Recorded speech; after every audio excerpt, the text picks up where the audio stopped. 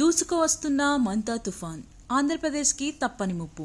ఆంధ్రప్రదేశ్ రాష్ట్రంలో ఏదో ఒక చోట తీరం దాటే అవకాశం. ఆంధ్రప్రదేశ్కి రెడ్ అలర్ట్.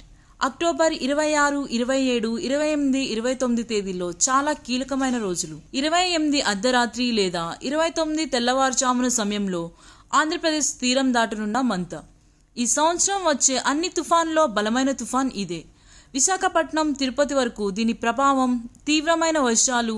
తెలంగాణ, హైదరాబాద్ భారీ వర్షాలు. సముద్రం కోస్తా భాగాల్లో ఉన్నట్లు వంటి మత్స్యకారులు అప్రమత్తం చేయాలి. ఎవరు కూడా సముద్ర వేటకి వెళ్లరాదు.